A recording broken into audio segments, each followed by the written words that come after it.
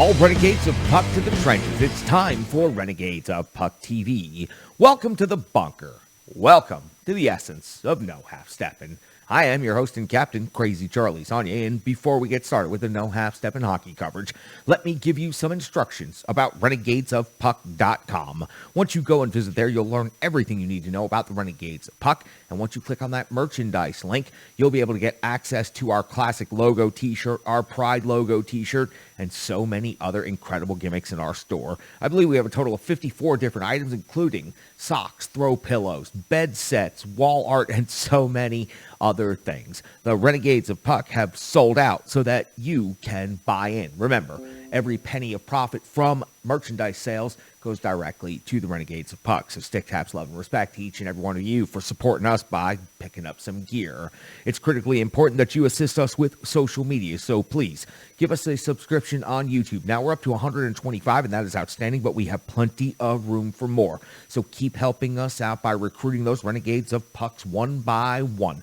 Once you see the episodes posted on YouTube, please share those links on Facebook. Also, give us a like on Facebook at Renegades of Puck. If Twitter is your preferred method and platform of social media, then please retweet, like, and share those links on YouTube. Also, each and every one of the Renegades of Pucks are very active on Twitter, so go ahead and give a follow to each and every one of the crew. You can find their handles in the show description listed in each every new episode. We're also on Instagram. Just give the Renegades of Puck a like and a follow there. And you can also find us on SoundCloud, the traditional podcast form of the show. We've been picking up some new listeners over there, and we sure do appreciate that. There are some of you that prefer the throwback classic sound of this show in its old radio format. We're providing that for you. We're giving you many ways to consume the essence of no half-stepping. Behind the scenes, you want to see how it all goes down? We're calling it plug-to-plug broadcast over on our Twitch feed. It's where we set up the entire broadcast, do a recording, and do a breakdown. Plus, we share stories, bonus content, and even some other funny things happen. F-bombs, second takes, mistakes, all of it happen right there on our live Twitch feed. That's how you can help us out on social media. It doesn't take you but a second. It doesn't cost you a thing, but it goes a long way to support the Renegades of Puck. Would you like to become a partner of the Renegades of Puck? Very easy to do so. One step. Go to Venmo and search Renegades of Puck, or scan the QR code that's currently on your screen. Every donation goes directly to the Renegades of Puck and helps us with upgrades to the bunker. Also, the summer of no half-stepping is coming, and we have some very ambitious plans that we would like to put in place. So if you can help donate towards that cause, we sure would appreciate that. Stick taps, love, and respect to each and every one of you. Even $1 goes a long way to helping this operation. Built by Renegades for Renegades. Thank you so much. Now, you're here for the No Half-Stepping hockey coverage, so it's time for me to deliver you the goods. It's operation number 628 for the Renegades of Puck. That's right, show number 628. And on this date in hockey history, the Nashville Preds currently find themselves in third place in the Central Division. 67 games played, a record of 39-24-4. That is good for 82 points. Third place in the Central Division is an automatic qualifying playoff spot at this time.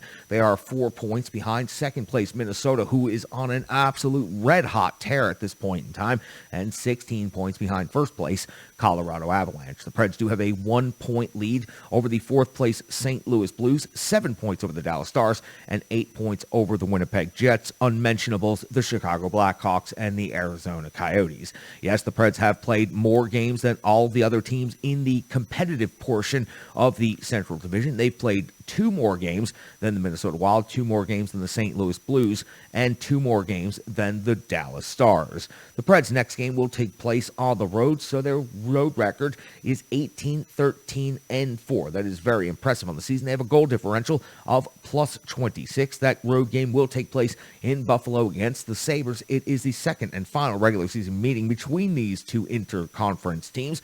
The Sabres have an overall record of 24-33-10. 58 points is good for 6th in the Atlantic Division. On home ice, a losing record, 12-17-5, a goal differential of minus 53. Now, all of those numbers are abysmal, but I caution you, This Buffalo Sabres team, if you haven't taken notice, is playing significantly more competitive hockey as of late. They are a very difficult team to put a loss on here in recent stretches. In just their last 5 games, take a look at this. On the 20th of March, it was a 3-2 overtime win at Vancouver.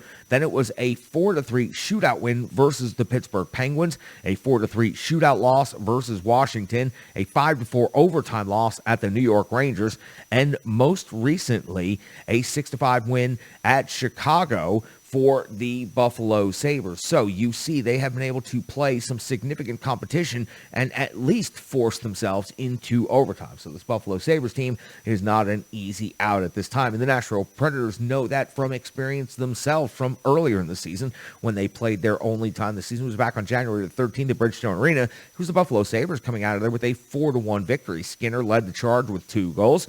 Duchesne had the only goal for the Predators. UC Saros took the loss, making 17 saves on 20 opportunities, but the Nashville Predators did not look very good against the Buffalo Sabres. Continuing to look at the injuries on the Nashville Predators defensive core, definitely hurting having Borowiecki and Fabro out of the lineup. The Nashville Predators continue piecing together a 6-man D-core just to try to get themselves through the games. Right now, it seems to be working out, but it is a very thin margin of error for that grouping at this time. For this Nashville Predators team, once they finish off this 1-game road trip to Buffalo, they will be back home on Tuesday for a critically important Central Division meeting with the Minnesota Wild. A potential playoff preview. Number 2 and number 3 seeds in the Central Division at this very moment would meet for a best-of-7. So some intrigue, as there always is, between the Preds and the Wild, but especially now as we're down to the final 15 games of the season.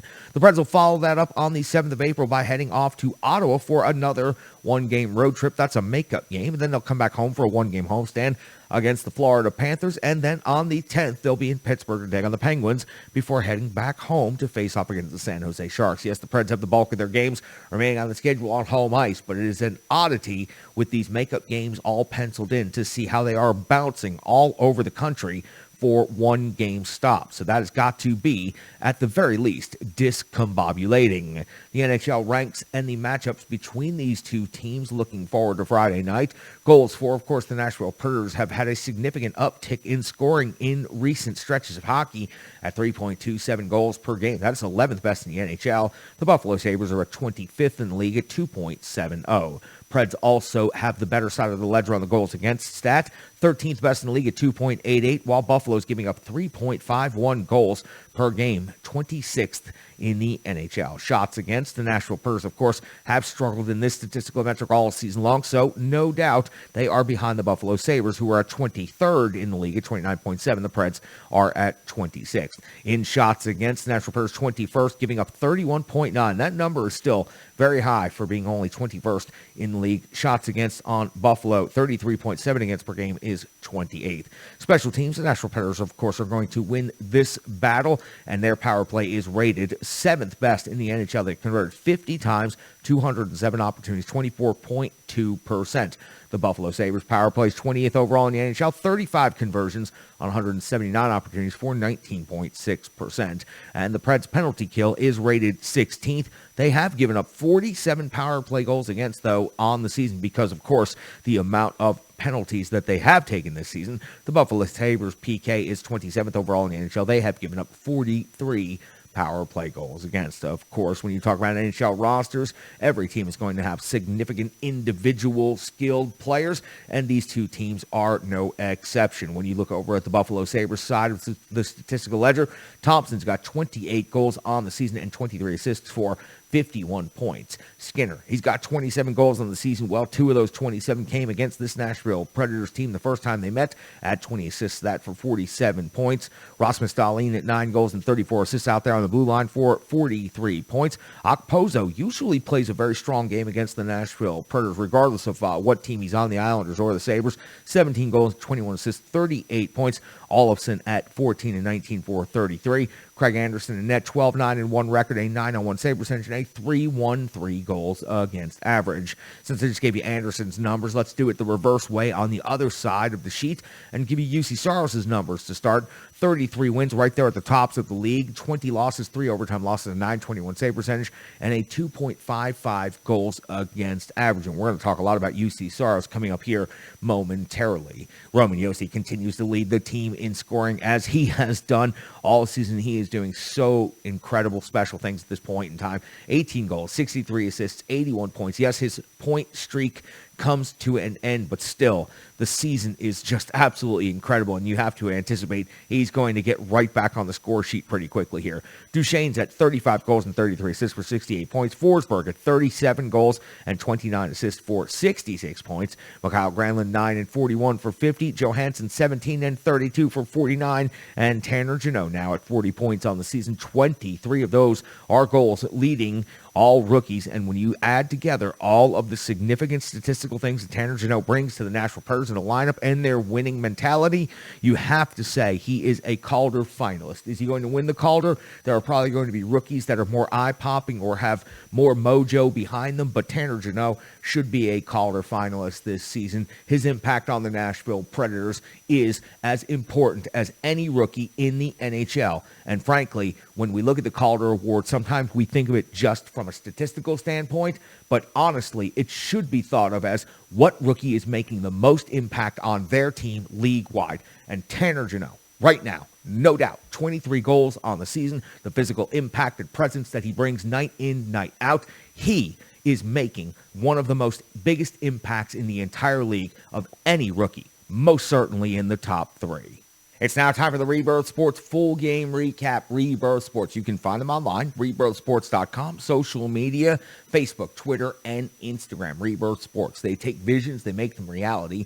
Not just jersey makers, but hockey tailors, and they can outfit your entire operation. Great people, great partners, a great product. I encourage you, go ahead and check them out online, rebirthsports.com, and see exactly what they do, not just for the Renegades of Puck, but for operations across the hockey landscape. You've seen me wearing their jerseys in league play for the Mighty Drunks here in Middle Tennessee, also in charity events and tournaments like the Wish Cup, at the United States Pond Hockey Championships on Lake Nokomis in Minnesota. Everywhere I go, everywhere I skate, the threads that look the best and the threads that get the most attention, they're always made by Rebirth Sports. That's why it was a no-brainer for the Renegades of Puck. As the captain, as the leader, I have to make important and good decisions for the Renegades of Puck. Maybe the best decision I've made since becoming captain of the Renegades of Puck is getting our jerseys made, created by Rebirth Sports. Thank you guys so much. You're great people, you're great partners, and you make a great product, and I'm so thankful to have you in the trenches here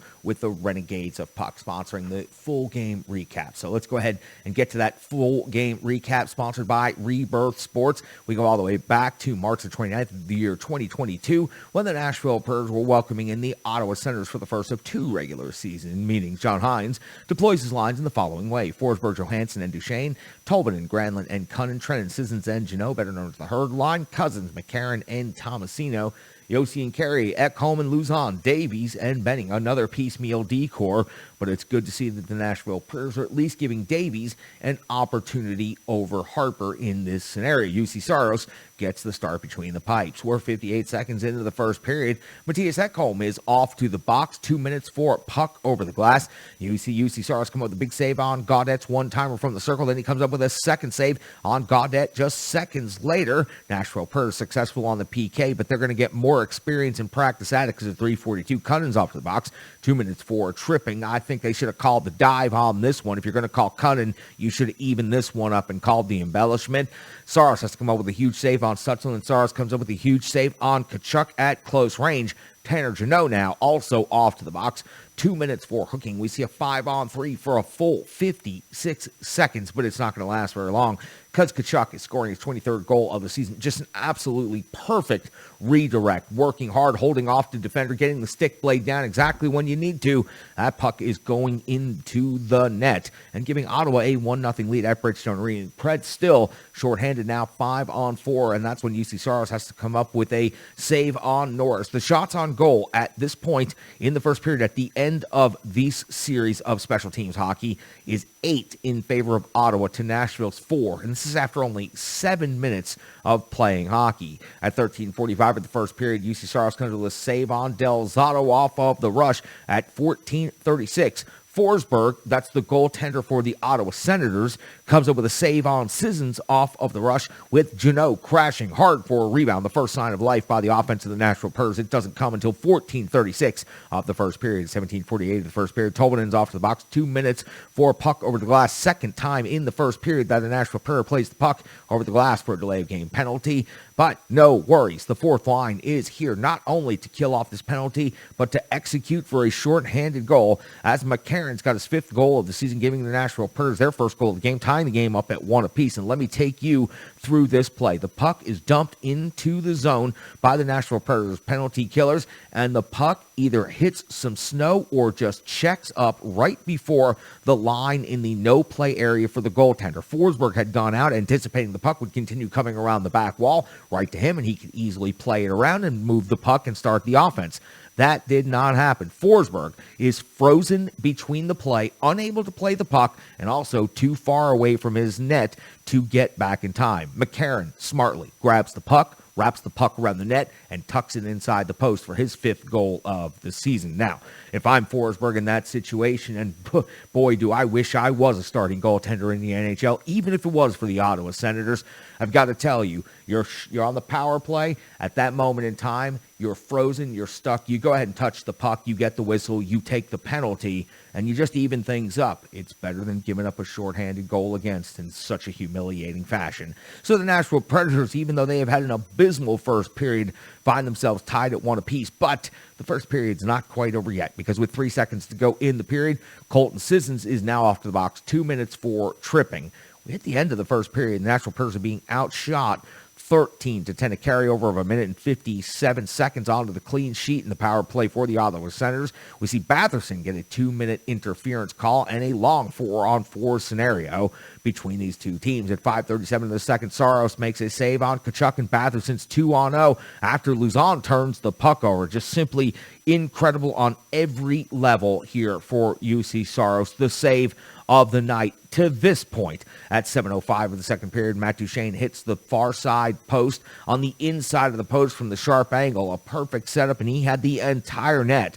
Arms even went up in the air, but unable to convert on this one. 10:40 of the second, Saros comes over the save on Tkachuk off of the rush, and this has become, in the second period, a low-event grinder of a hockey game. These two teams are going up and down the ice, but not a whole lot is going on. And then out of nowhere, the surprising offensive night continues for McCarron at 18:14 in the second period. His 6th goal of the season. It's a 5-hole slide off of the mishandle after Ekholm sets him up perfectly right on top of the crease. He absolutely mishandled it in the most perfect way possible, right through the 5-hole and into the net. McCarron's 2nd goal of the game. The Preds lead 2-1, and thankful for the 4th line in this one, because if not, the Preds probably are not leading in this game. 18:38 the second, Joseph's off the box, 2 minutes for hooking on Tomasino. UC Saros, though, has to come up with a huge save on Brown's partial breakaway. Roman Josi gets called for a penalty for hooking. They award a penalty shot, and I've got to tell you, I feel that this was not ruled correctly. Not only did Brown get a scoring opportunity, but after the hook, he was able to stick handle and force UC Saros to make a really good save on the partial breakaway. The refs didn't see it that way. They awarded a penalty shot, and we're not going to budge on that one. Brown gets the 2nd breakaway opportunity, and this time it's UC Saros with the blocker sending it off into the corner. Huge save for the Nashville Predators and for UC Saros, and we hit the end of the second period. The Preds are being outshot 27-21. 1:22 into the third period. Jeannot's off to the box, 2 minutes for tripping. Saros comes up with a save on Batherson at the back post, then comes up with another save on Tkachuk and his jam attempt right there on the top of the crease. 3:54. Forsberg of the Ottawa Senators comes up with a save on Cunning's partial breakaway. 10:07 in the third. Jeannot's 23rd goal of the season starts off on some hard forecheck by his line mates on the herd. A pass attempt goes off of the skate. He collects it right there on top of the crease and puts the puck into the net, leading all rookies in goals now with 23 on the season. Nashville leading Ottawa 3-1. At 16:40 of the third period, Forsberg of the Ottawa Senators comes up with a save on Trennan's Trenin's chip jam play at the end of a race. He was digging hard with those skates. Incredible effort right here by Yakov Trenin. I know that we appreciate him and we talk about him a lot here, but seriously, you watch a play like that, and that is the essence of no half-stepping when it comes to what you want to see out of a player out there on the ice. 1858, Saros comes with another huge save on Tkachuk at the top of the crease, and Tkachuk is just absolutely everywhere for this Ottawa Senators team. 1956, after the Preds iced the puck several times, taking shots at the empty net. Duchesne does hit the empty net after a sweet setup by his line mate, Philip Forsberg. His 35th goal of the season goes into the empty net, giving the Preds a 4-1 lead, and that's how we wrap this one up at Bridgestone Arena. The Predators are outshot by Ottawa 37-32, but that does not make much of a difference. The Preds come away with a 4-1 victory, and this was another one. We talked about the Philadelphia game not being pretty. This game was downright ugly, and the Ottawa Senators were actually the better team for the bulk of the game, and the Preds were actually the beneficiary of a couple of good bounces in this one. UC Saros absolutely kept the Nashville Predators alive as much as he was under pressure in this game.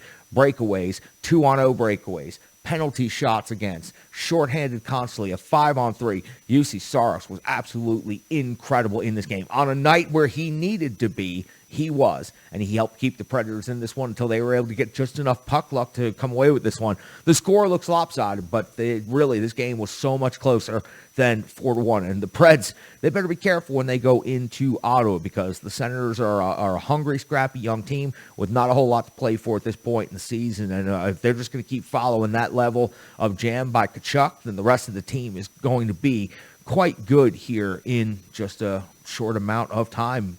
By the looks of it, tough win for the Nashville Predators on home ice tonight. The Ottawa Senators were the better team. That's the Rebirth Sports full game recap. We sure do appreciate those guys. Stick taps, love, and respect to all of you guys up there. Please say hello to the crew. And Doug, sure do appreciate you, my friend. I hope you got that envelope in the mail. Let's jump right into the next segment. Why not? Why would we need a cut? Why would we need a break when we could just keep on going and talking about UC Saros?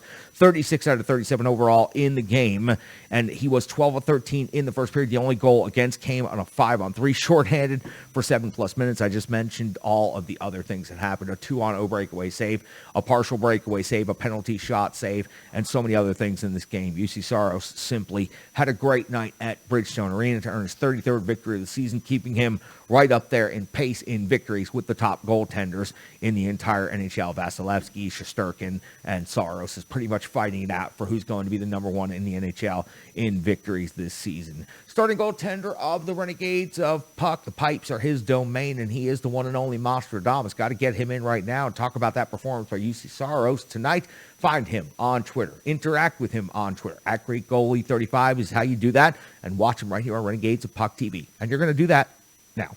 Thank you very much, Charlie. The Preds go 2 for 2 on the homestand against Eastern Conference teams that they should be able to beat. And this victory on Tuesday night, all thanks to UC Saros. The Preds did not come to play, especially early on. The paraded the penalty box, got them down a goal. UC Saros did everything he could to keep the team in the game until they got their legs under them. Of course, the very late goal, the miscue on the other end by Anton Forsberg, capitalized by McCarron very late in the first period, helped turn the tide in this one, and just a magnificent second period by Saros. Overall, 36 out of 37 on the night. Just all praise to UC Saros for the Preds stealing yet another game. We saw him do this many times this season, particularly early on when the Preds weren't playing very well. He was still keeping them in games. He went through that magnificent stretch of giving up 2 or fewer goals. He is the reason why this team is in a playoff position as we speak, and he's the reason they came out on the winning end Tuesday against a very game Ottawa Senators team. You could very easily argue that it deserved a better fate than what they got, but Saros steals another one. The second period in particular, just simply fantastic. The saves that he made on Tkachuk. Tkachuk did get the first period goal on the 5-on-3. He should have had at least 2, probably even 3, if you look at some of the chances that he got, let alone the save that he made on Batherson on the 2-on-0. Tkachuk, a clean steal of Lazan. I'm not sure what Lazan was doing with the puck. He was being hounded the entire time and just held on to it too long. And Tkachuk gets the steal, 2-on-0. And the thing is, in that situation, UC Saros sees Tkachuk coming. Tkachuk gives him the shoulder shimmy. You see that he's trying to get him to commit to his backhand, farther away from where Batherson was. He reads the play absolutely beautifully, digs in his right skate, goes right to left, gets the pad, and gets, more importantly, the glove up on top of his pad and reaching forward, cutting off any angle that Batherson may have had to lift that puck into the net, gets his glove on it to preserve the 1-1 tie at that point. Who knows how the game would have gone if they capitalized on that opportunity. And you see on the replay, Batherson, simply all he can do is look to the heavens and realize that he got stoned by one of the best goaltenders in the National Hockey League. Next up for the Preds, do not be a fool on April 1st and take the Buffalo Sabres lightly. Yes, they are a bottom-feeding team for the majority of the season. However, this Buffalo Sabres team showed in March that they can compete and they will beat any team that comes in their path. That includes a 6-3-2 record in the month of March against playoff teams. They are playing spoilers to everyone. Toronto, Pittsburgh, Calgary, just to name a few of the teams that have fallen victim to taking the Buffalo Sabres very lightly, and they come out with victories. Whether it's Dustin Tokarski in net or the ageless Craig Anderson, they're putting together victories in a very impressive fashion, especially since the trade of one Jack Eichel. Buffalo Predators, Friday night, a couple days off for the Preds to go up to Buffalo. Get 6 out of 6 points this week. You played Philly, Ottawa, and now Buffalo. You're 2/3 of the way there. Take care of business up in Buffalo, and then get ready for a critical matchup against division rival Minnesota next week. Charlie, back to you. Find him on Twitter, Greek Goalie 35. Watch him right here on Renegades of Puck TV. He is the one and only Nostradamus, the starting goaltender of the Renegades of Puck, and in between the pipes are his domain. Another incredible partner of the Renegades of Puck is Strong Style Fitness. 150 workouts by a certified personal trainer, completely on demand and ready for you to go. Totally donation-based. So once you experience the results, you can go ahead and chip in a couple of donations and send them over to Tracy. Whether it's your first stretch or you're ready to throw iron like a pro, Tracy's got a setup for you over there at Strong Style Fitness. Please check out the operation, strongstylefit.com, or social media, Facebook, Instagram, and Twitter. I believe in this company so much. I have seen the results. I've experienced the results, and I know that you will feel the results. Just please trust me. It will only take you a minute to go over to the website and check it out and find the workout program that is absolutely perfect for you. New workouts are going to be coming very soon. So catch up on some of those old workouts and we'll get you situated with the brand new workouts. And we will, of course, post those here and support those through Renegades of Puck TV. Tracy is an incredible certified personal trainer and she takes great care in taking care of the Renegades of Puck. So support the businesses that are in the trenches with the Renegades of Puck, and that is most definitely Strong Style Fitness. You have to say the biggest performer in the game tonight was UC Saros. We just wrapped up talking about UC Saros. So moving on, we got one forward, one D I want to talk about tonight. McCarron, 2 goals in this game, a shorthanded goal, and then another sweet hands jam play at the front of the net. And McCarron's got 2 goals in this game, 6 on the season. And I have to tell you, since he has come in and started centering the fourth line, I liked Tommy Novak when he was here earlier in the season. I thought Tommy Novak was going to develop into a really nice player, and someday he just might. But right now, McCarron brings the large physical presence that John Hines is looking for. He's solid on the face-off. He's okay in his defensive end, and suddenly he's getting things done in the offensive zone. He's chipping pucks towards the net. He's getting to the front of the net. He's going to the hard and dirty areas, and he's getting those goals, those greasy goals, as we like to call it. So McCarron with 2 goals in this game. Also had 3 shots on net, had 2 hits, and skated 13:03 in time on ice. The fourth line was the only line that looked like they were out there not half-stepping tonight. The fourth line was out there taking the Ottawa Senators totally serious and giving them a good, honest, full jam effort tonight, and that was good to see. And that's why the fourth line ends up leading the team in your scoring tonight. Tanner Jeannot also picked up a goal. Duchesne picked up a goal, but Matthias Ekholm was also who I want to talk about on the defensive side of things. He had 5 total assists on the defensive side of things. Alex Carey had 2 of them. Matthias Ekholm had 3. You usually, when I say there were 5 assists by the defense core tonight, you probably thought they were all by Roman Josi, but Roman Josi actually kept off the score sheet tonight. So his point streak is broken. That means he probably will have 5 assists in the next game. But stick taps to Matthias Ekholm, man. 3 assists in this game, 4 shots on net, 3 block shots, 24-13 in total time on ice, and 4:46 of shorthanded time on ice. Matthias Ekholm really out there being a tower of power, the total D-man. I absolutely talk about it all the time when he comes up. I think he is one of the most well put together overall defensemen in the league right now. He can do every single thing. And the Nashville Predators locking him up long term, I think it's absolutely very good, very smart business. If you ask me, that was a great signing. You know what else is a great signing? Sean C. Smith to the Renegades of Puck. We were trying to figure out the other day how many shows Sean C. Smith has done, and I don't know if we ever figured that number out, but all I'll say is every one that he has ever done has been great. Sean C. Smith brings the jam to the trenches, and I sure do appreciate him. You can find us working on theforecheck.com or, frankly, all across the landscape of Nashville Predators coverage. But I would appreciate if you would watch him right here on Renegades of Puck TV. On Twitter at SCSOTF, you're watching him right now. Thanks, Charlie. Hey, Renegades, it's Sean C. Smith. I want to say a little something about the game the Predators just had against the Senators.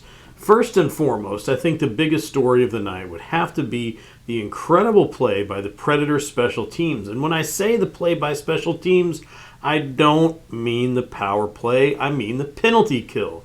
The penalty killers had ample opportunities tonight to prove their worth on the ice, and they made the best of those opportunities, not just by killing a lot of penalties, but of course by also getting that shorthanded goal. The Predators' penalty kill has not produced a lot of shorthanded goals this season, and I believe McCarron's was only the second one they've had, which I think comes after a Tanner Jeannot shorthanded goal. Now, what's exciting about that, of course, is that play by McCarron was some incredibly heads-up stuff, just knowing that once that puck died where it did, that Anton Forsberg, not Philip Forsberg, was unable to play it, which meant he was able to grab it, bring it around, and put it in. And, of course, that kind of may make the argument that rule needs to go away. But the fact of the matter is, right now, that's how the rule works. That's how it's written. And McCarron knew exactly what he was doing, going and chasing that down as it happened to die right there before it crossed the line into the goalie play zone behind the net.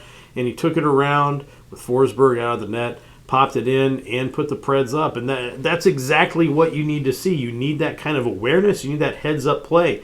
And there's been a lot of talk recently about, okay, it's great because Forsberg and Duchesne and Yossi are on fire. What about the rest of the team? Well, here you go. You see Tanner Jeannot getting a goal, Michael McCarron getting 2 goals, and, of course, that shorthanded goal. And that's exactly what you want, right? You want to see those guys contributing, and they contributed tonight, and that's what brought the Predators the win. Now, at the same time, I know that Mosh has probably talked about this already, and he's definitely the guy you want to listen to, but there had been some whispers.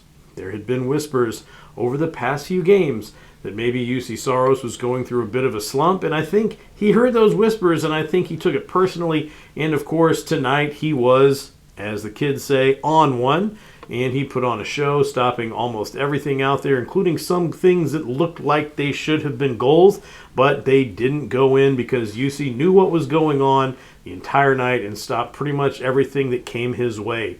Now, that's exactly what we've been talking about. That's exactly what the Predators need, is they need, number one, they need those, if they're going to take penalties, and again, when you play the style of hockey they play, which is that, full bore, 60-minute, going as hard as possible, making the other team earn every inch of ice they get style hockey, unfortunately, you're going to cross that line into the penalty zone a few times throughout the course of every game, and that's something that Matthias Ekholm talked about early in the season. 2 to 3 a night's fine. You can do that. You can handle 2 to 3 penalties a night, but you need to see the penalty kill being incredibly oppressive to the other team and stopping everything that comes its way.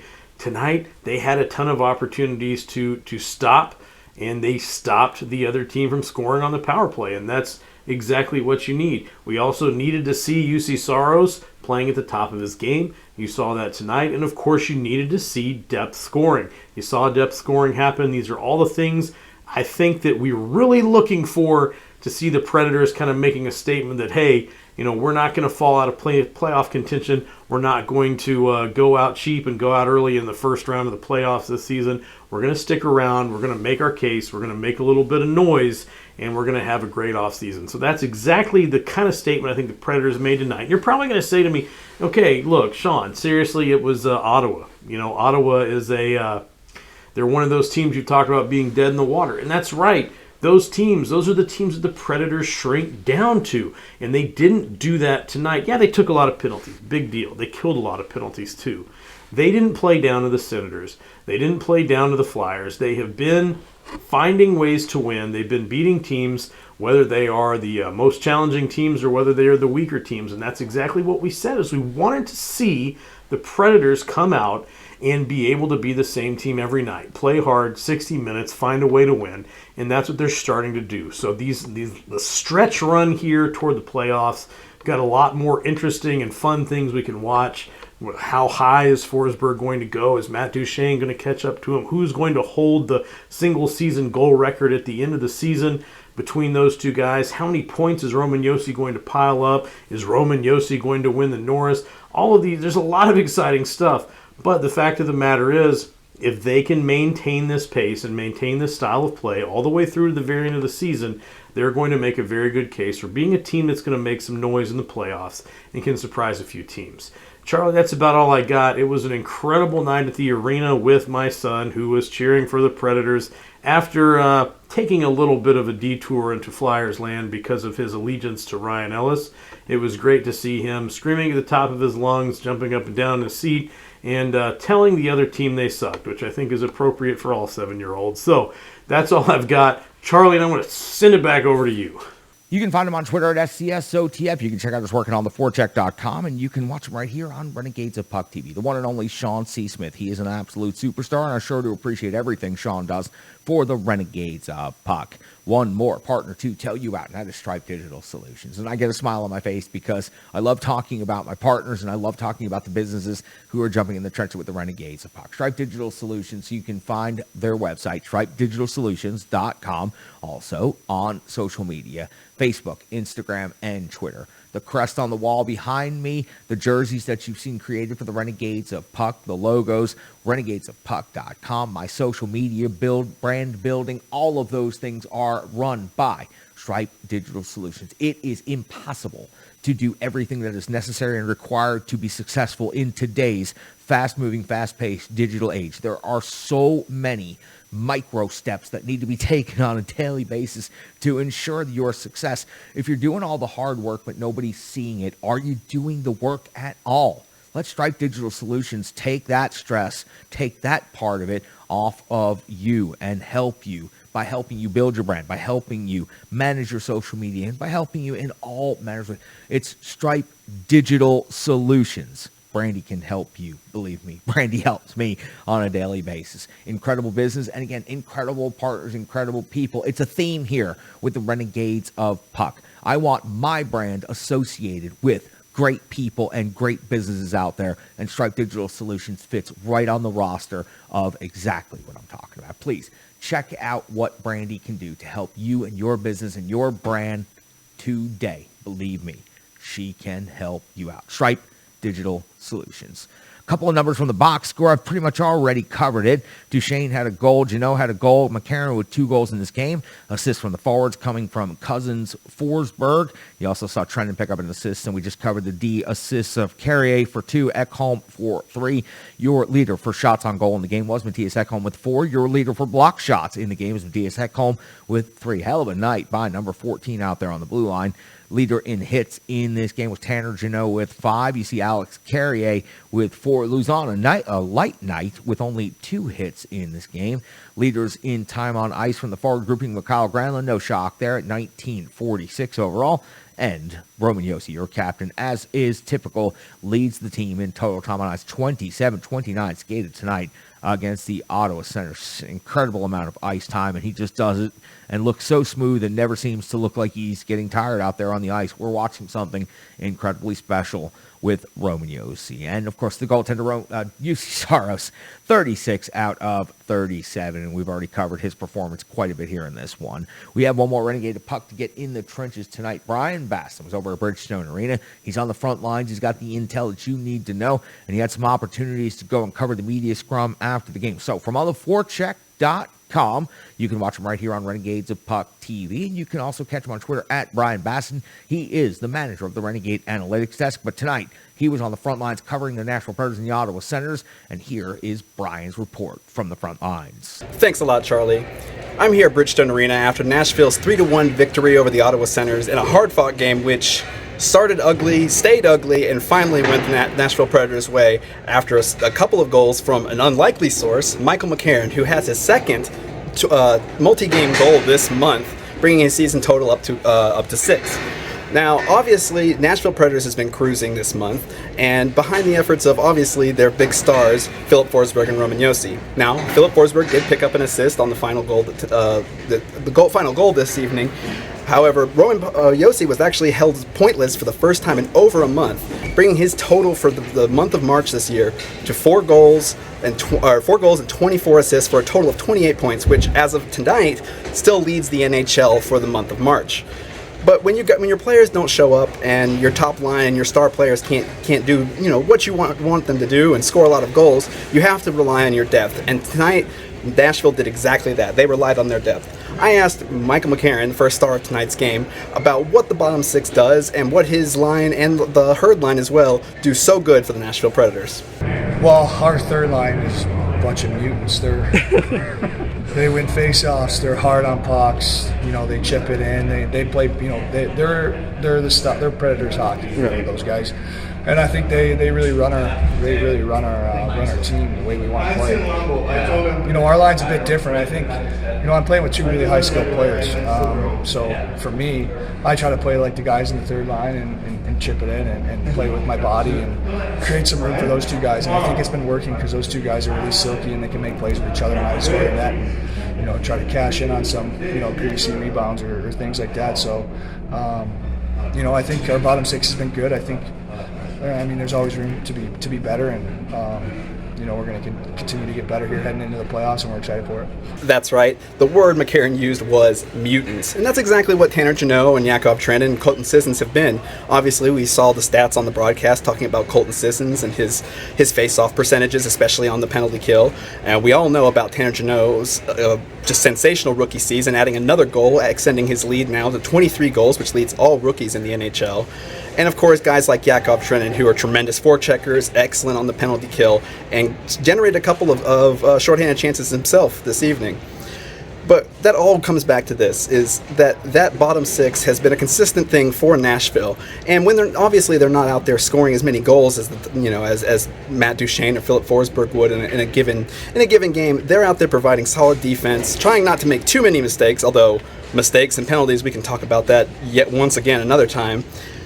But they're doing the things right and allowing their stars to come in and win the game. And luckily for the Nashville Predators, when the top 6 doesn't show up in games such like tonight, well, you get what we got tonight. And hopefully the bottom 6 will continue to come through for the Nashville Predators as they head towards the playoffs. Back to you, Charlie. You can find him on Twitter at Brian Bass, and you can check out his work at On the Forecheck. He's got the charts that you need to see and the numbers that you need to know. He's the one and only Brian Bass, and he runs the Renegade Analytics Desk. But tonight, he was on the front lines at Bridgestone Arena covering the Nashville Predators and the Ottawa Senators. Again, for the Nashville Predators, it wasn't pretty. It was fairly lucky tonight. The Nashville Predators came away with the 2 points. That is the most important thing. They will face this Ottawa Senators team again. It's a hungry, scrappy team, and the Nashville Predators can learn a lesson from this Ottawa Senators team tonight. They'll be playing another young, hungry, scrappy team in the Buffalo Sabres, who are having a little bit of success recently coming up next. So the Preds have opportunities to play teams that are below them in the standings.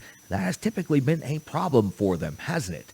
They need to reverse that trend. They need to continue picking up these points. After all, look at how close it is in the middle of the Central Division right now, with Minnesota, Nashville, and St. Louis being separated by a total of 5 points for 2 guaranteed playoff spots and what is more than likely going to be a wild card spot. Now, when it comes to that wild card, we didn't update those standings because right now the Preds, at least for the day, hold an automatic spot. But when it comes to that wild card, just something to put off on the horizon for you.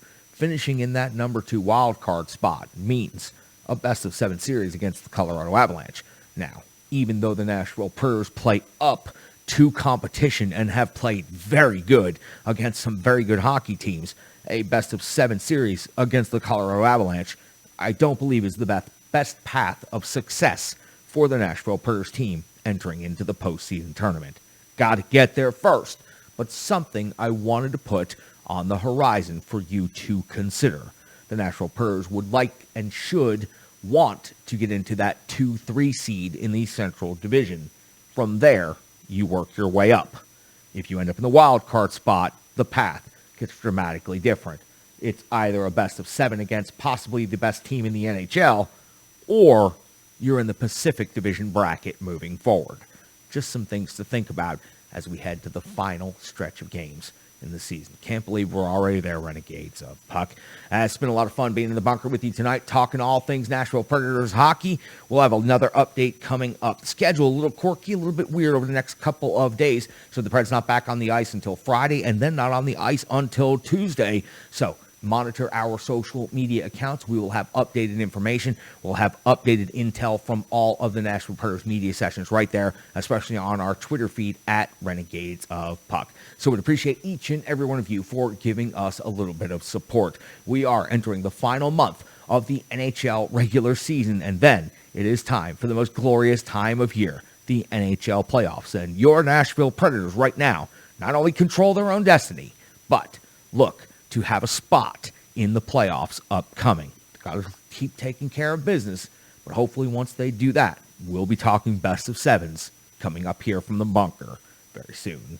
For Mostradamus, for Sean C. Smith, for Brian Baston, for Kyle Perkins, for Ann K., for Rachel K., for the ultimate one, I am your host and captain, Crazy Charlie Saunier. I sure do appreciate each and every one of you for taking the time and supporting the Renegades of Puck. Sincerely, Stick Tabs, love, and respect.